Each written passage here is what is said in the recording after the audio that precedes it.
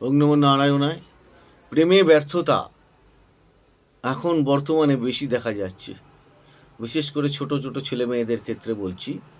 প্রেমে ব্যর্থতা তো আসতেই পারে, এটা কোন স্থান থেকে আসে সেইটাকে আগে দেখতে হবে। আর ম্যারেজ লাইফে মানে বিবাহিত জীবনেও ব্যর্থতা আসে। ব্যর্থতা বলতে এখানে হয়তো স্ত্রীর মনের মতন ভালোবাসা না পাওয়া,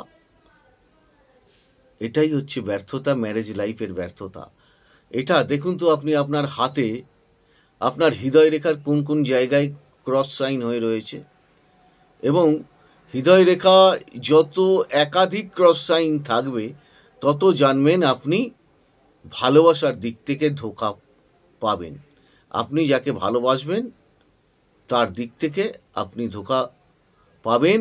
ধোঁকা সে আপনাকে দেবে, আপনাকে আঘাত করবে, এবং আপনার বিবাহিত জীবন হোক বা আপনার বিবাহিত জীবনের আগে লাইফই হোক, যে কোনো একটা জায়গায় আপনি আঘাত পাবেন। এবং এই আঘাত পাওয়ার পর একদম ভেঙে পড়বেন না, আপনি নিজেকে তৈরি করুন এবং তার প্রতিবিধান নিন। ভেঙে পড়ার কোনো কিছু নেই, আপনাকে নতুন করে উঠে দাঁড়াতে হবে, মানসিক জোর রাখবেন। এবার চন্দ্রের অবস্থানটা দেখতে হবে, ছকে কোথায় রয়েছে, আর হরস্কোপে দেখতে হবে পঞ্চম স্থান কীরকম রয়েছে। পঞ্চম স্থান পঞ্চমপতি উচ্চ স্থানে বা না নিচস্থ স্থানে বসে রয়েছে, এবং পাপ গ্রহ দ্বারা কর্তৃক হয়ে রয়েছে কিনা, এইগুলোকেও দেখার প্রয়োজন আছে। আজকের মেন যে টপিকসটা সেটা হচ্ছে হাতের উপরে, তাই আমি হাতের উপরেই বললাম। হৃদয় রেখায় আপনার যত কাটাকুটি থাকবে জানবেন আপনি যে কোনো মানুষের দিক থেকেই বাধা পাবেন।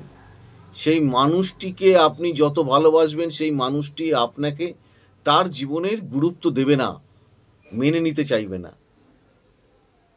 এখন মানুষ একটু অন্যরকম হয়ে গেছে, স্বার্থ ছাড়া কিছু বোঝে না। সেই হিসেবে বলছি যে দেখবেন অনেকে স্বার্থ ছাড়াও কিন্তু ভালোবাসা তৈরি করে, ভালোবাসা পাওয়া যায়। তো যাই হোক, ভালোবাসাটা অত সস্তার জিনিস না।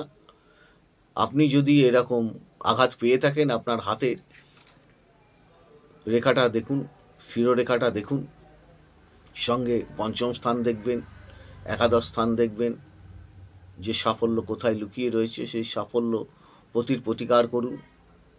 ভালো থাকুন, সুস্থ থাকুন, অনুষ্ঠানগুলো দেখুন, লাইক শেয়ার সাবস্ক্রাইব করুন। আপনাদের সকলের মঙ্গলের জন্য এই অনুষ্ঠান। আপনারা যদি জেনে পথ চলতে পারেন তাহলে এটা আপনাদের জীবনের মঙ্গল। সকলে ভালো থাকুন, সুস্থ থাকুন, নমস্কার।